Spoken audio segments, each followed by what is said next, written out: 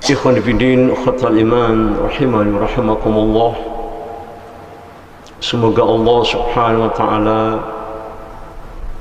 tetap melimpahkan nikmat iman dan Islam kepada kita sekalian,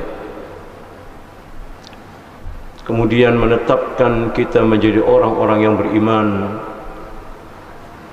dengan tambahan nikmat istiqamah dari waktu ke waktu, tetap di atas jalan Islam ini. Ikhwan fillah, akhwatal iman, rahimani wa rahimakumullah. Kita lanjutkan kajian kitab Tarbiyah Jihadiyah di dalam subtema, yakni tentang pokok-pokok pondasi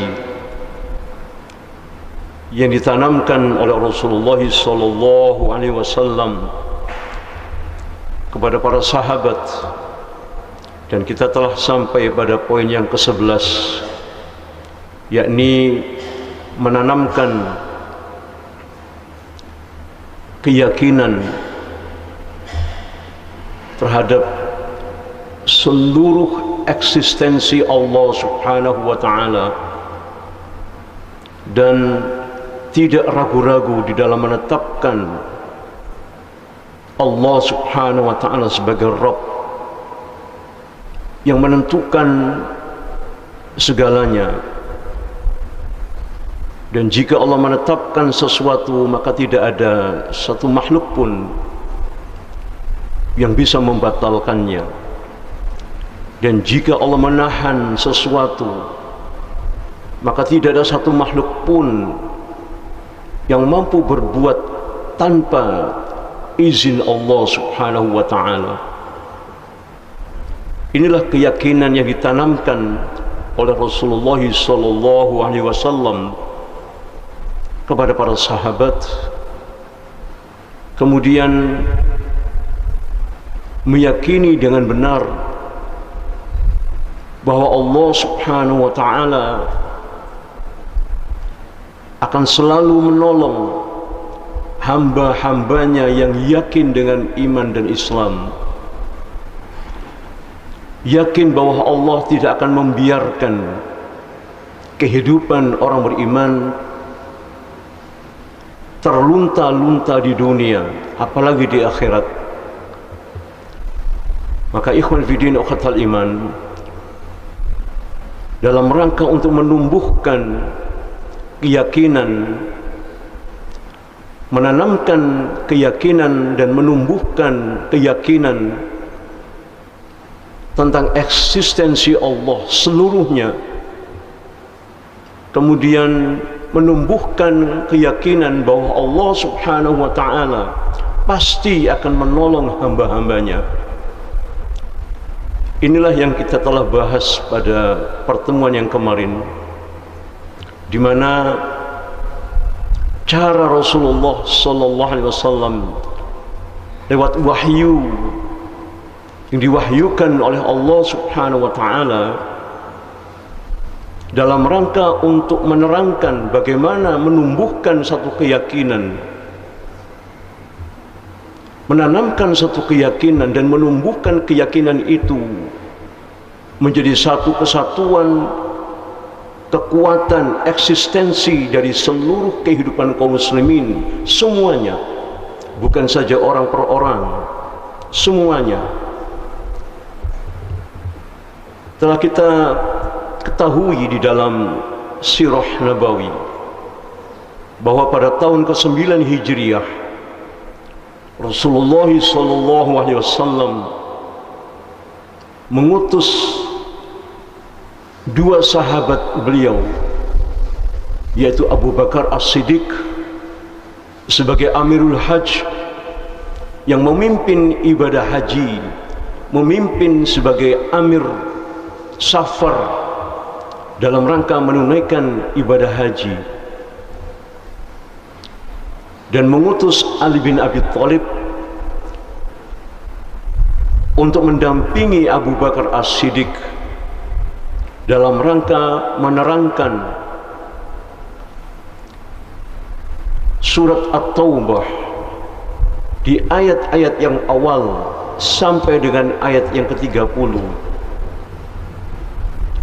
Maka di dalam ayat-ayat surat At-Taubah itu, setelah seluruh jamaah haji yang dipimpin oleh Abu Bakar As-Siddiq telah melaksanakan sa'inya, setelah sa'i kemudian Ali bin Abi Thalib berdiri di atas satu bukit, kemudian membawakan sekaligus menerangkan tentang aturan-aturan Allah Subhanahu wa Ta'ala yang telah ditetapkan oleh Allah kepada Rasulullah, kemudian dibawa oleh para sahabat untuk diterangkan kepada kaum muslimin dan seluruh manusia di Mekah.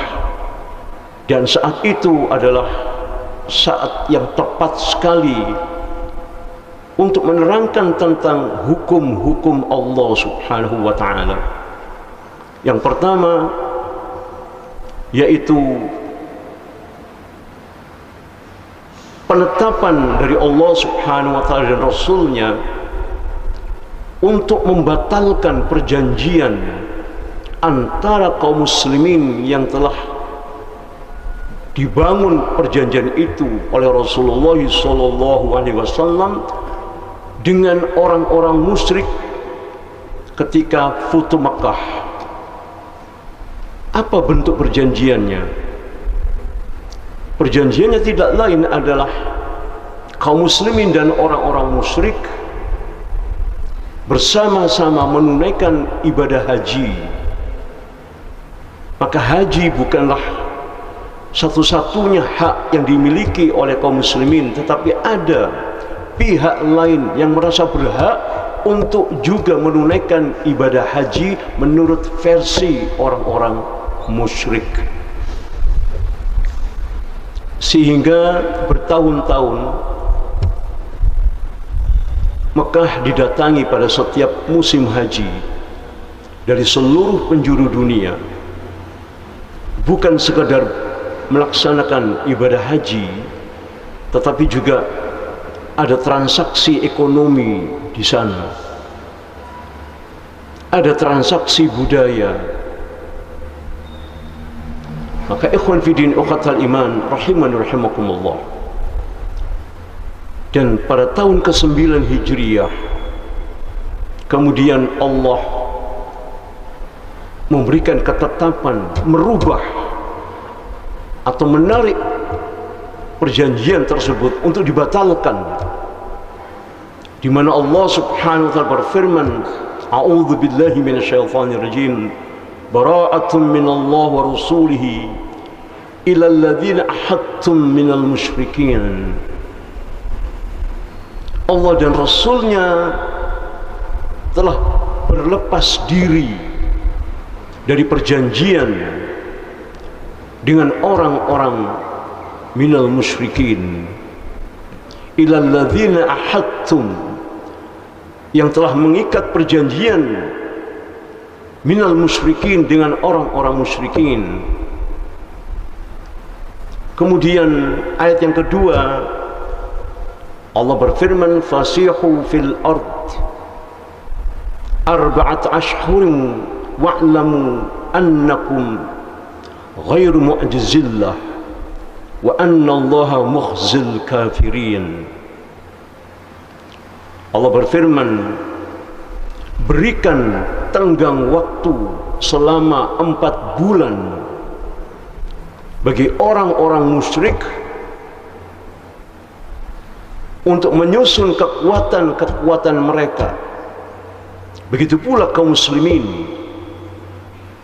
Subhanallah, di dalam tafsir ayat ini seluruh mufassirin menafsirkan Allah dan Rasulnya memberikan tenggat waktu 4 bulan bagi orang-orang musyrik yang tidak menerima perjanjian itu dibatalkan oleh Allah dan Rasulnya.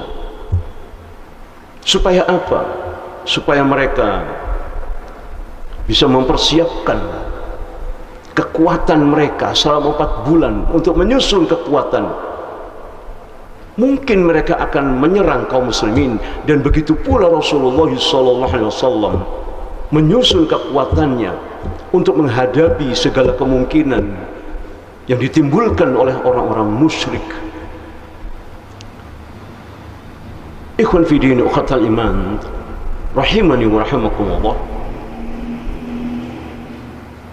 Kita sudah sampai kemarin pada ayat ke-28 yang diterangkan oleh Ali bin Abi Thalib, dan ini membuat gelisah bukan hanya orang-orang musyrik tetapi kaum muslimin pun gelisah dengan turunnya ayat yang sama di dalam surat At-Taubah ayat ke-28, di surat yang sama dengan ayat yang berbeda di ayat ke-28. Allah terangkan, A'udzu billahi minasyaitonir rajim.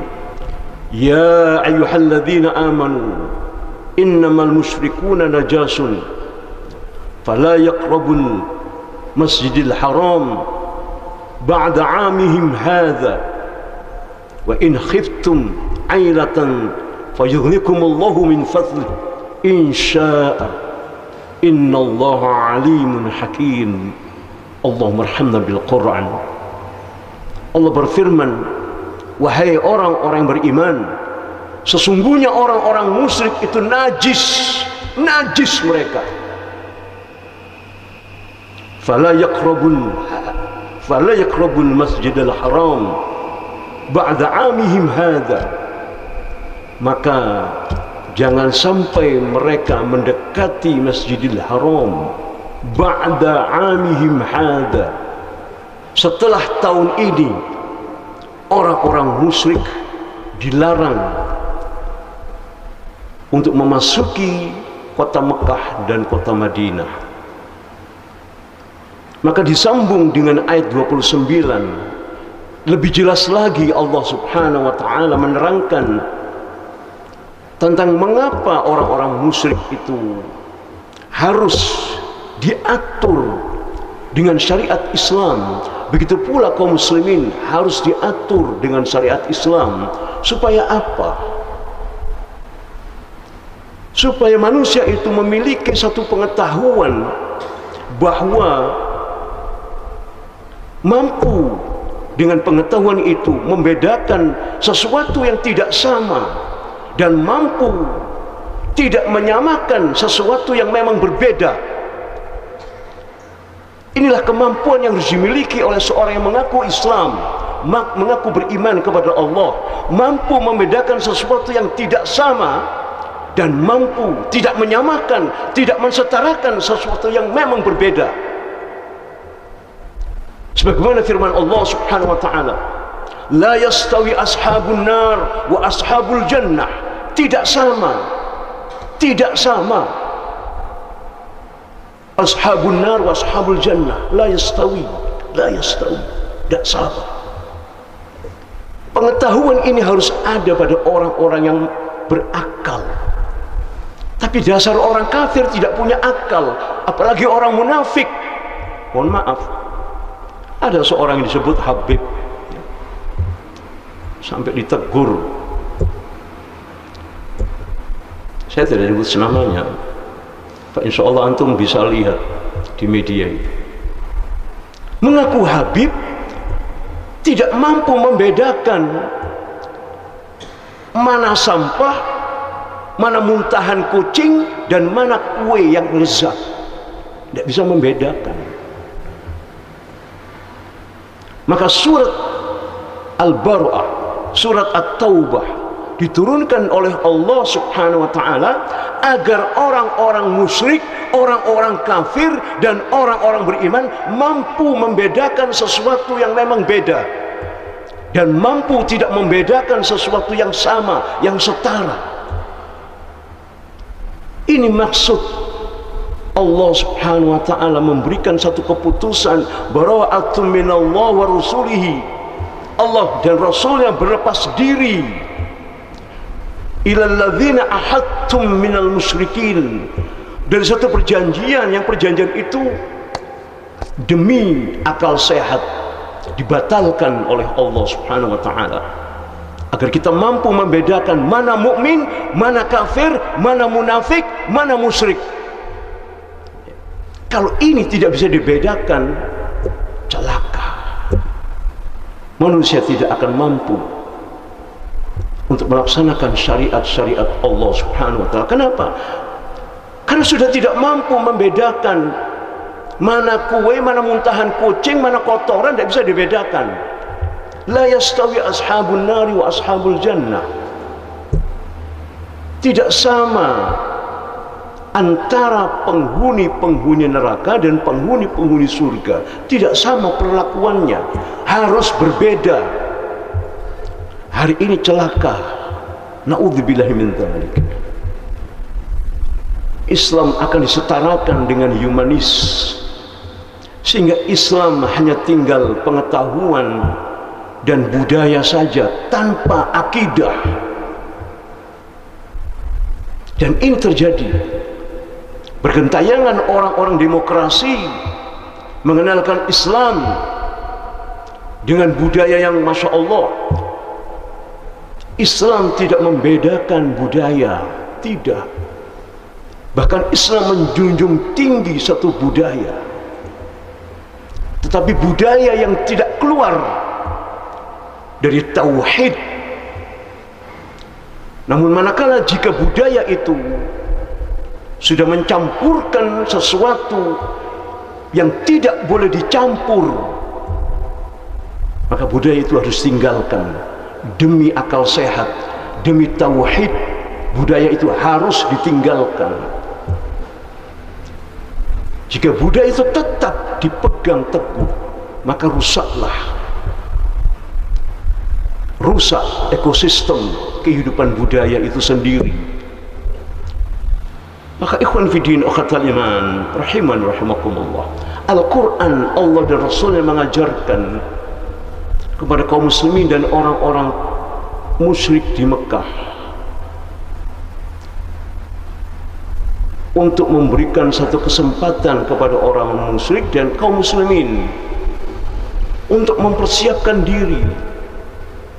Mungkin akan terjadi satu keadaan yang kacau balau dari satu pemisahan ini. Memang Islam, Al-Quran sendiri pun telah membawa furqan, telah membawa pembeda, telah memberikan satu ketetapan pemisah. Jadi jangan takut antum dikatakan sebagai radikal, karena memecah belah harus dipisahkan, harus dipecah belah. Sesuatu yang memang berbeda tidak boleh disamakan, harus berbeda, harus dipecah belah. Dan itu radik, dan itu akar dari tauhid.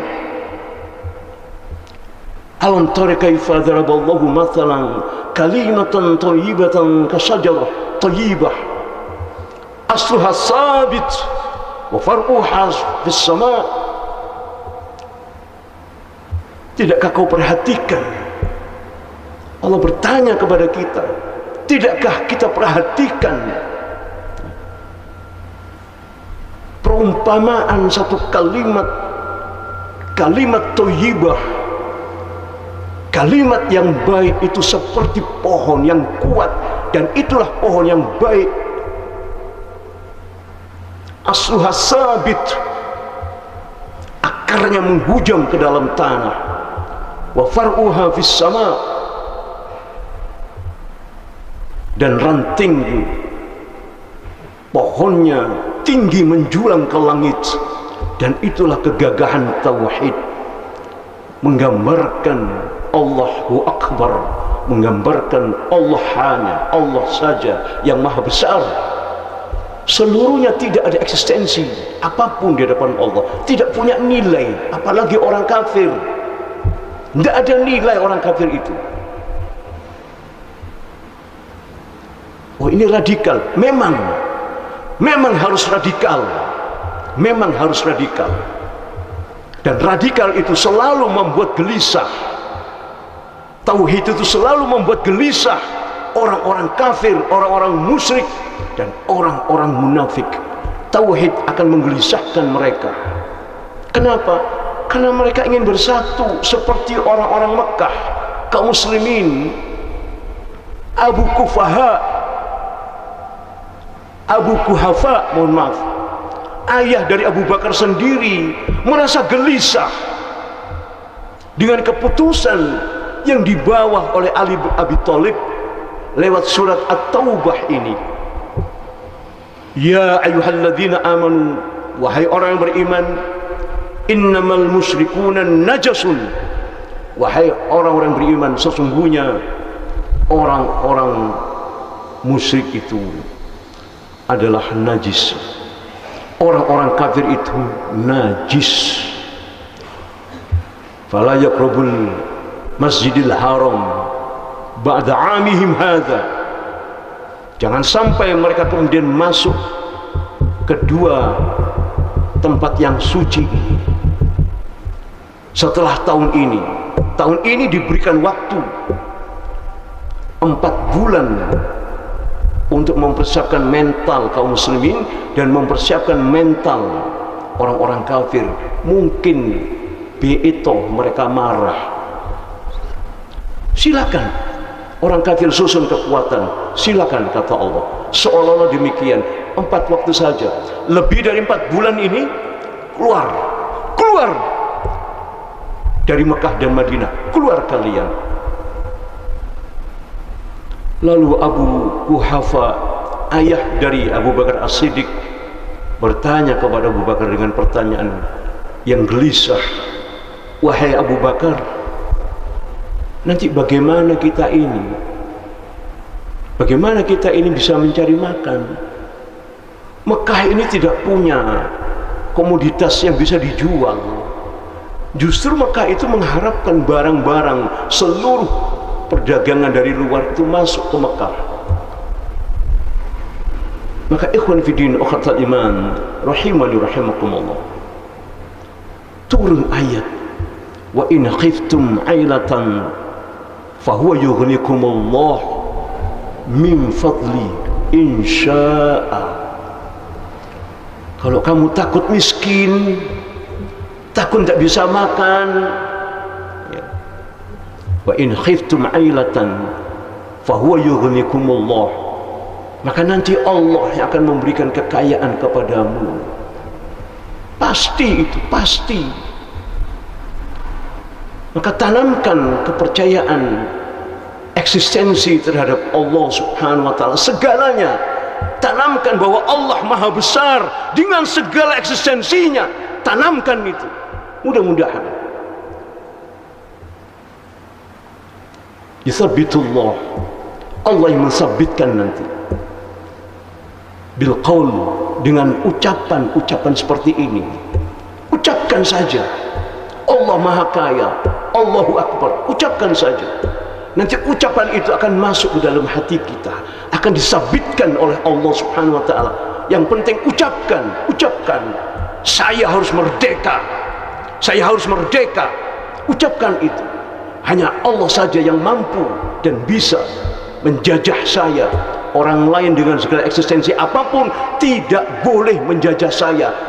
Tanamkan kepercayaan itu kepada dalam diri kita, dan yakinlah, tumbuhkan keyakinan. Fa innallaha nasrallahi qarib, maka sesungguhnya pertolongan Allah itu sudah dekat. Pertolongan Allah ini dekat. Kapan waktunya? Allah yang tahu tentang kondisi kita. Kapan kita dibantu? Kapan kita diberikan waktu untuk berpikir, untuk merenung? Kapan itu? Allah maha tahu. Tapi minta kepada Allah dengan keyakinan yang penuh. Allahus Samad, bergantung hanya kepada Allah saja, tidak bergantung kepada makhluk yang lain. Tidak. Bisa apa makhluk manusia ini? Sama-sama kita ini sama-sama lemah. Kurang lebih kita ini ada lebihnya, tetapi ada kurangnya. Begitu pula ada kurangnya, juga ada lebihnya. Wallahu a'lam bishawab. Itulah manusia. Dan itu berhubungan dengan kesepakatan saja. Sepakat antara manusia, mari kita jalan. Tidak sepakat, pisah, selesai. Inna nasrallahi qarib. Karena sesungguhnya pertolongan Allah itu dekat bagi orang-orang beriman, dekat. Bayangkan, satu hari di akhirat, 1000 tahun di dunia. Itu kalau dikonversikan dengan waktu sangat dekat sekali. Tapi bagi orang-orang kafir 50.000 tahun di akhirat, satu hari di dunia. Bayangkan, disiksa satu hari di akhirat sama dengan disiksa 50.000 tahun. Bayangkan itu. Itu bagi orang-orang kafir. Silakan dilihat nanti ayatnya. Maka ikhwan fillah, ikhwatal iman, rahimani wa rahimakumullah. Lalu bagaimana tentang eksistensi orang-orang musyrik kemudian? Bagaimana perilaku mereka? Bagaimana dialektika yang diajarkan di dalam Islam? Antum bisa lihat sejarah orang-orang Yahudi di Mesopotamia, di Afrika Utara. Antum bisa lihat sejarah ketika mereka dikuasai oleh kekuasaan Romawi. Mereka seperti binatang, diperlakukan oleh Romawi seperti binatang. Datang Persia, begitu pula orang-orang Yahudi diperlakukan tidak layak sebagai manusia. Tapi Islam datang, orang-orang Yahudi dan orang-orang Nasrani dimuliakan. Jadi ikhwan fillah, ikhwatul iman, jangan melihat narasi, jangan mendengarkan narasi seperti ini dengan penggambaran Islam yang buruk. Tidak. Jangan melihat satu kasus di lapangan, bagaimana peperangan yang dilakukan oleh para mujahidin. Jangan lihat sejarah yang dilakukan oleh para sahabat. Sahabat pun pernah memenggal kepala leher bapaknya sendiri, pernah. Tapi apakah itu nilai dalam Islam? Tidak. Dalam rangka untuk memberikan pencerahan kepada otak manusia agar berpikir, mampu membedakan yang memang beda dan mampu tidak membedakan sesuatu yang sama. Bahkan bapaknya sendiri dipenggal lehernya. Subhanallah. Itu Islam. Bukan demi karena bapaknya, tidak. Karena Islam. Maka melihat Islam harus secara utuh. Menilai Islam harus komprehensif, harus menyeluruh. Tidak bisa parsial-parsial. Kalau parsial nanti ada ban truk, banyak trailer dipakai gerobak sampah, lalu kita katakan itu trailer. Ini kan dungu. Bannya memang ban trailer, tapi bodinya bodi sampah.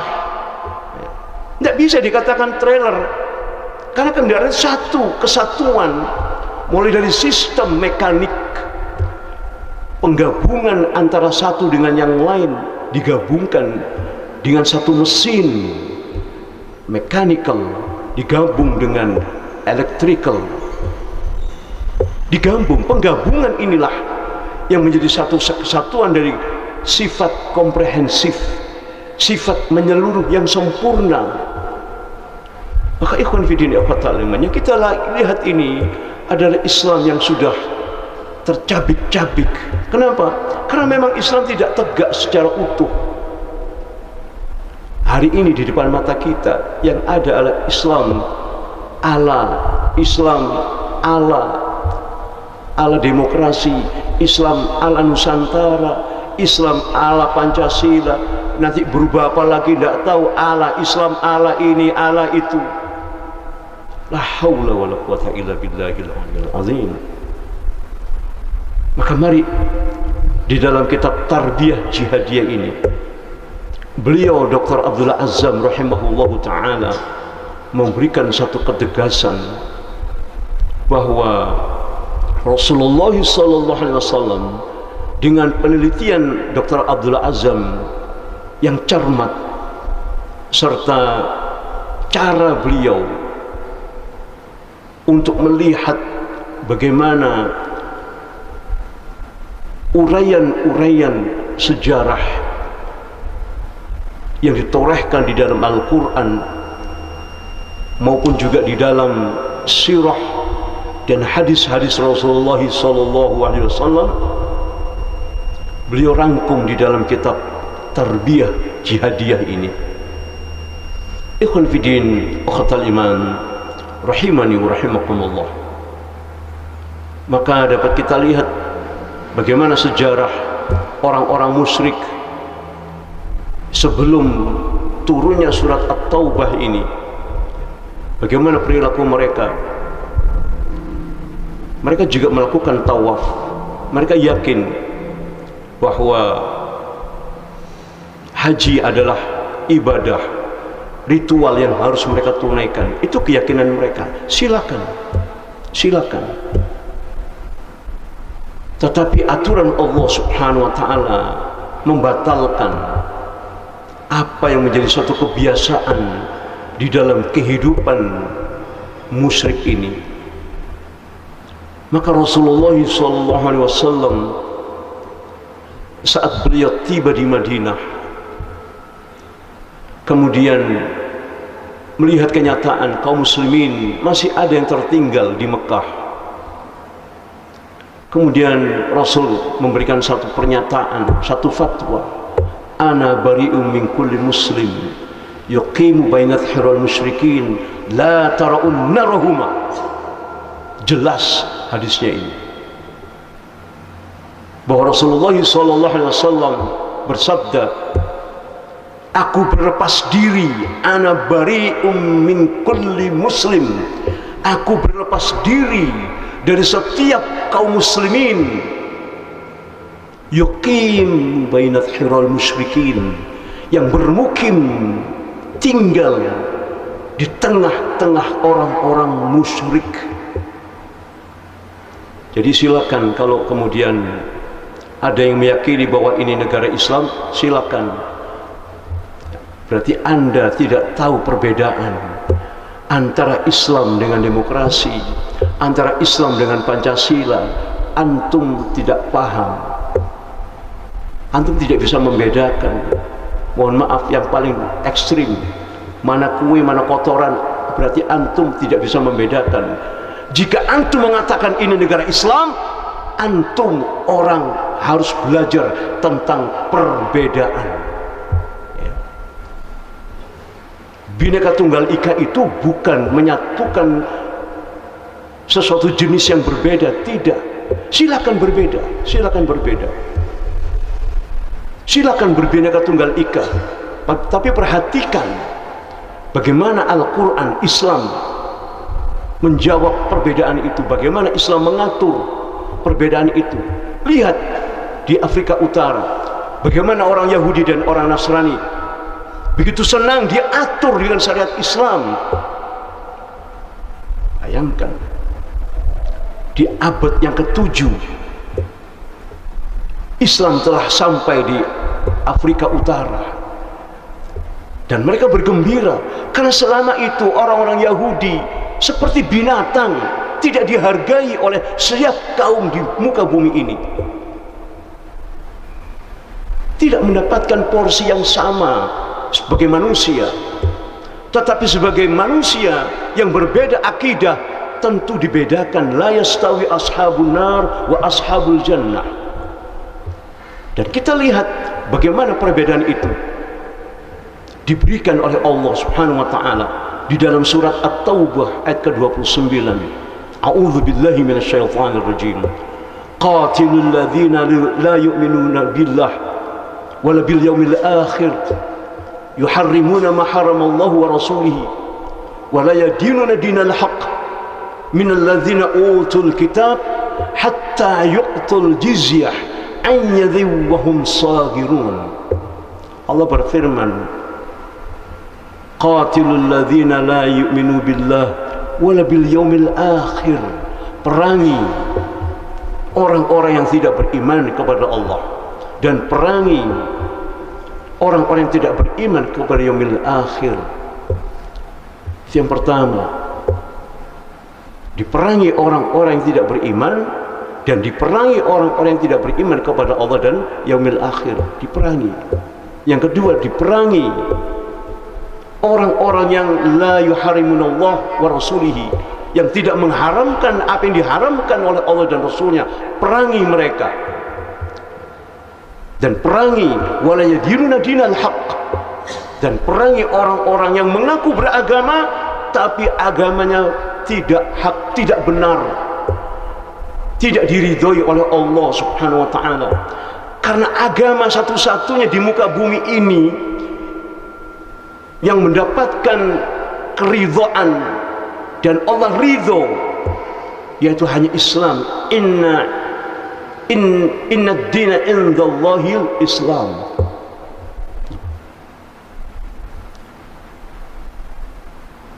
Ikhwan fi din uqatal iman rahiman rahimakumullah.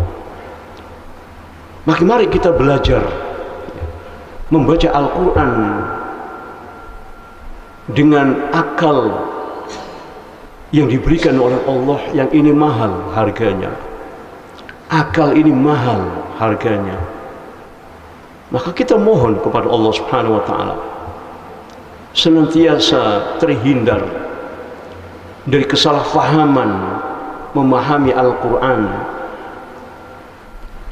dan menghindar atau terhindar dari akal yang tumpul, dari akal yang tidak bisa mencerna dengan baik apa yang dimaksudkan oleh Allah dan Rasulnya di dalam Al-Quran. Ini yang penting. Kalau tidak, na'udzubillah min dzalik, titel apapun yang melekat di belakang nama kita tidak akan ada manfaatnya sama sekali. Apapun titel kita di belakang itu, jika akal kita ini tidak mampu mencerna apa yang dimaksudkan oleh Allah dan Rasulnya, dan tidak memahami maksud Allah dan Rasulnya di dalam Al-Quran,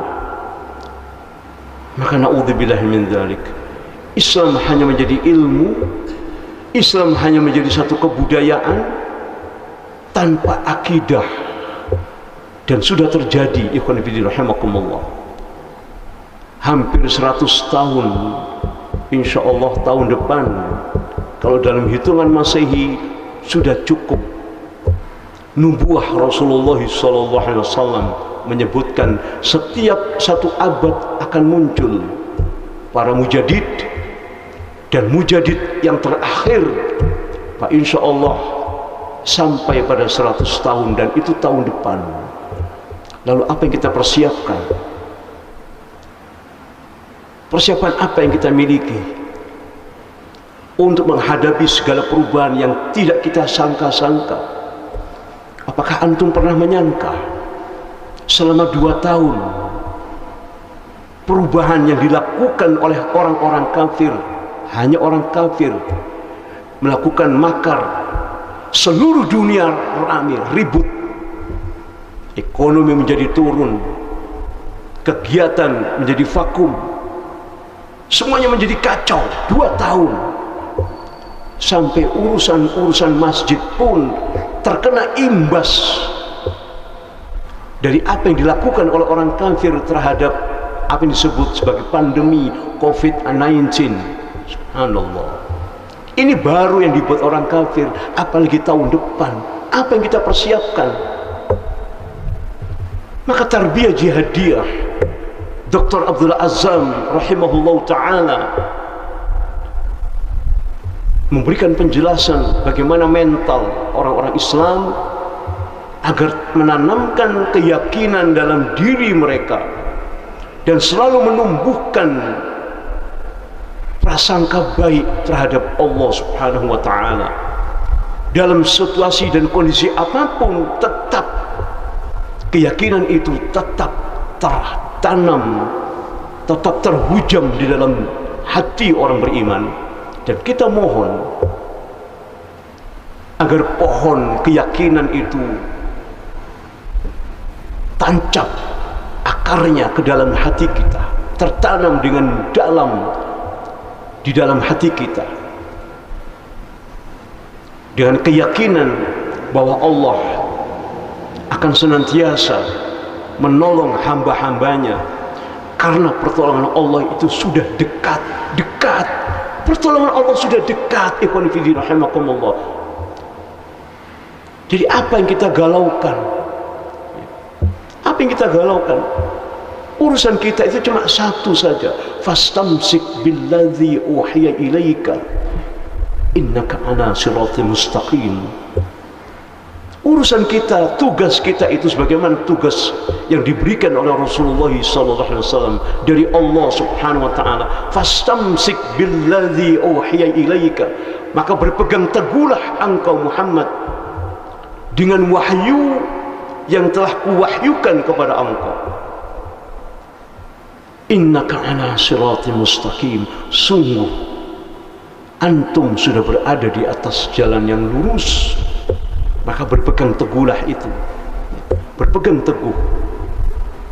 Maka ikhwan fi din ukhatal iman rahimani rahimakumullah, semoga kajian pagi ini bisa membawa semangat baru dalam diri kita dan menepis segala syakwa sangka terhadap Allah yang tidak baik.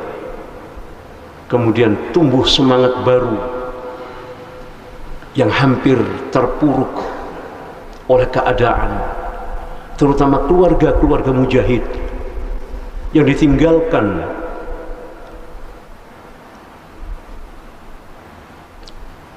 oleh ayah mereka, ditinggalkan oleh suami mereka, ditinggalkan oleh anak-anak mereka.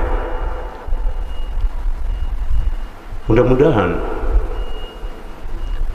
keyakinan yang sudah ada pada diri kita masing-masing ini kemudian ditumbuhkan dengan harapan kepada Allah yang besar, menjadi bersinergi antara kita satu sama lain yang menginginkan Islam ini tegak di atas seluruh isme-isme yang ada. Walaupun antum hanya dengan doa, walaupun hanya dengan 1 rupiah, 2 rupiah, fa insya Allah ada nilai di hadapan Allah Subhanahu Wa Taala. Maka ikhwan fillah ukhatal iman rahimani rahimakumullah, mudah-mudahan apa yang kami sampaikan ini juga memberikan semangat kepada kaum muslimin, terutama ikhwan-ikhwan yang telah banyak memberikan dukungan kepada kami dari tim Markas Akikoh.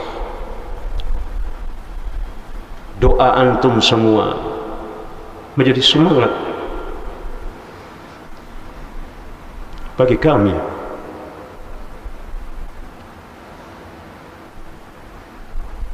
Dan semoga semangat ini dapat kita jaga dan kita bersinergi dalam semangat ketauhidan, semangat jihad, semangat dakwah wal jihad. Semoga kita senantiasa dijaga oleh Allah Subhanahu Wa Taala. Semoga amal antum semua diterima oleh Allah Subhanahu Wa Taala, diberkahi amal antum, rezeki antum, keluarga antum semua, dan dijaga dari fitnah-fitnah yang akan datang kepada kita sekalian. Mohon maaf dan terima kasih. Jazakumullah khairan jazaa. Subhanakallahumma wa bihamdika asyhadu an la ilaha illa anta astaghfiruka wa atubu ilaik.